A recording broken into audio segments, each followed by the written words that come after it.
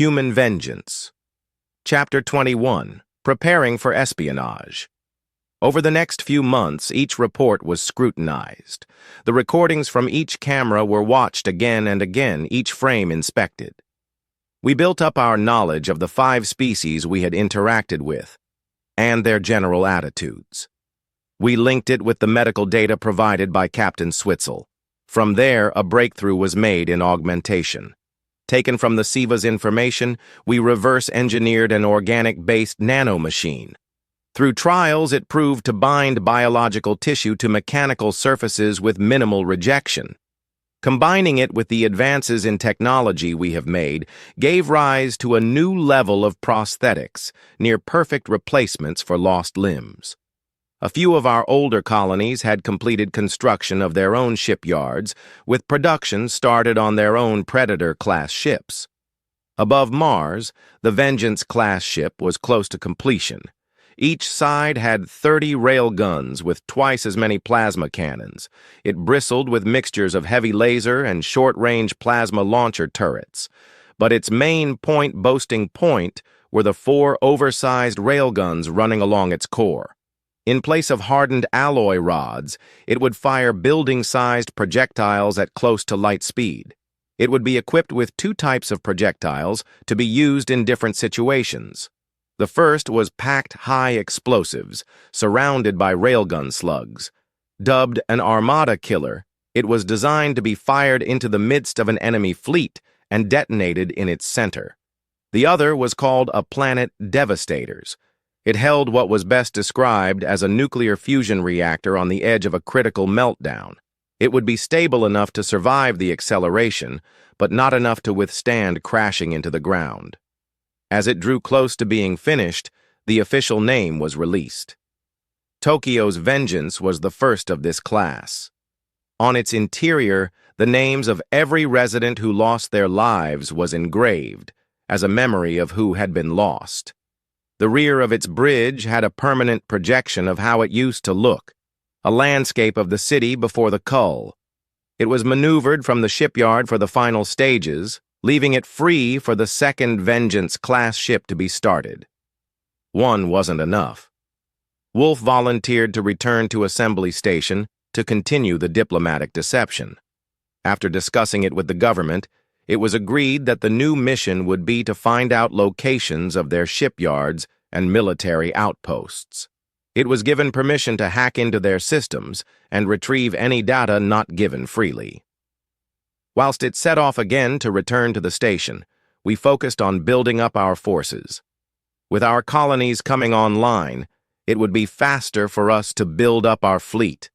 GUS Wolf powered through its journey. But as it went, an alert sounded. An unknown ship was matching its speed. It came into view, and a message was broadcast. It showed a SIVA, one who had its jaw replaced.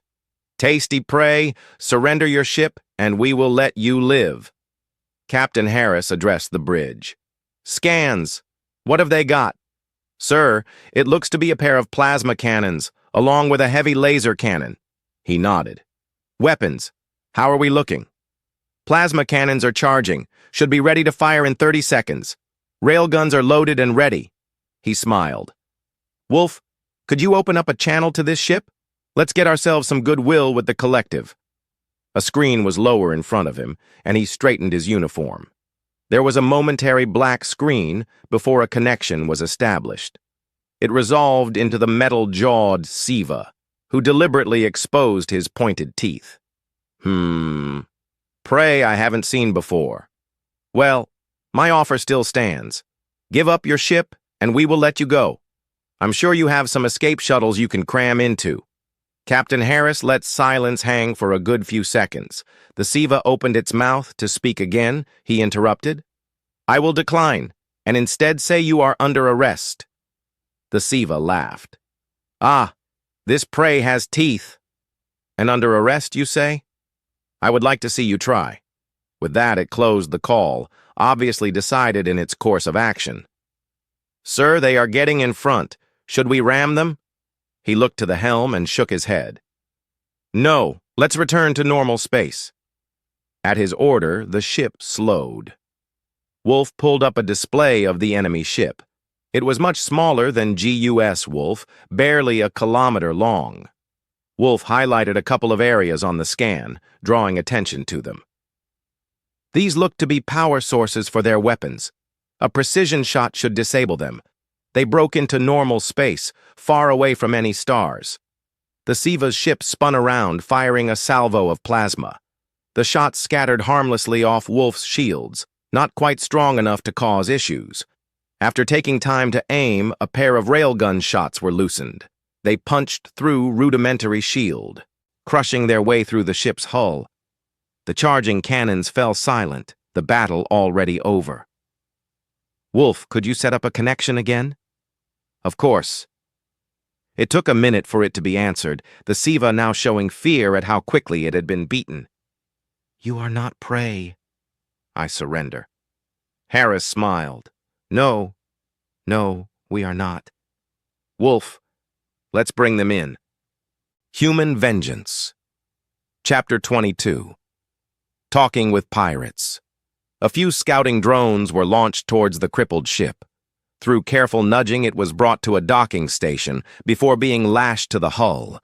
Being about 1 kilometer long, the load would be manageable. A shuttle was sent across with a squad of soldiers, their orders to secure the pirates. Although surrender had been given, we couldn't necessarily accept it as completely true. They attached, quickly swarming the opening in a practiced maneuvered. Captain Harris watched over a live feed, pleased with their actions. They carefully aimed at a welcoming party, ones who held strange but recognizable weapons. There were 11 in total, each boasting a stocky, muscled body. Fortunately for them, they held their weapons to the side, barrels facing down. Foremost was the metal-jawed Siva. Its upgrade gave it a permanent grin as it regarded our display of force. Ah, the not prey in the flesh. So good to meet you, strangers. Will you do me the honor of knowing what species you are? The squad leader spoke clearly and loudly, letting the translator built into their helmet make it so the Siva could understand them. We are humans, and you are under arrest. We ask you come willingly, but we will resort to force if you force our hand. The group of Siva laughed, rough grating sounds. Their leader spoke again, amusement evident. Humans? Ah, I have heard this. You are new, yes? We know force, and yours is strong. Much stronger than those who claim to rule. We will gladly surrender to one such as you, yes. Consider the flames in Savagas and its crew at your disposal. It was backed with nods from the other Siva. They moved in a rough group, hoisting their weapons. They let go of the grip as they did, holding the barrels instead.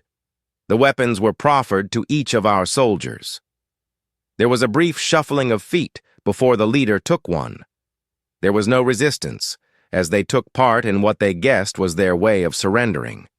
They were guided into the shuttle, half of the squad traveling with them.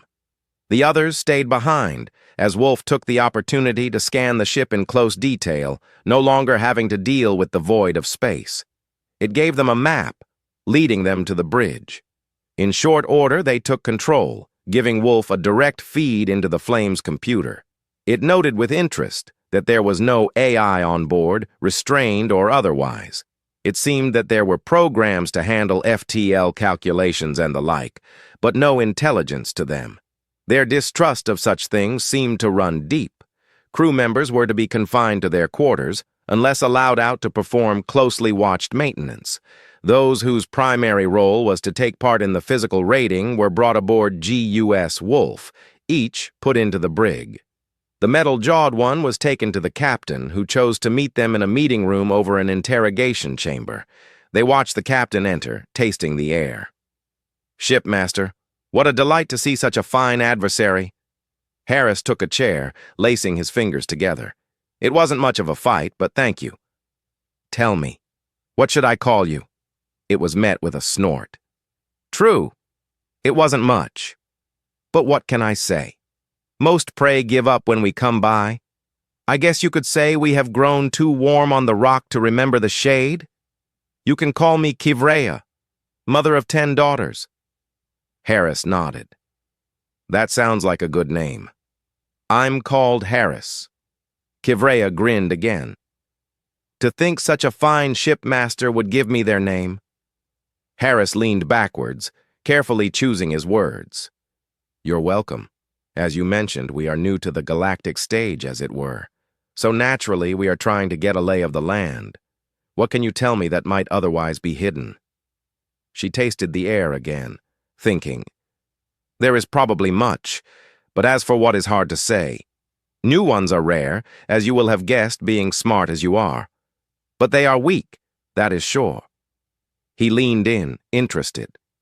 That word, weak, how do you mean? Kivrea hissed in amusement, her tail lashing. Weak in so many ways. They demand rules to cover every occurrence, no strength of mind to adapt. They care little for proper fighting, choosing words over action. Most eat plants, not proper food. Just so many weak ways. He nodded as if understanding a puzzle. I see now why you called us not prey then. Oh yes, prey will run and rarely fight back. You didn't hesitate, such strength. Harris smiled. Well, that's what we do. Though, I have to ask, why did you surrender so readily? Kivrea sighed, scratching where flesh met metal. The battle was already over. To give up is an admission of respect to the victor. Not giving up is the coward's way, or the way of those who have accepted their own death. I have no wish to have my daughters or sons slain, or any more at least. Harris nodded, setting that question aside. Well, that all the time I have now. You will be under guard here, but you should be safe as long as you behave. I'm sure we will have more talk soon, though, as we have a little while to go. Kivrea gave a grin. I hope we will.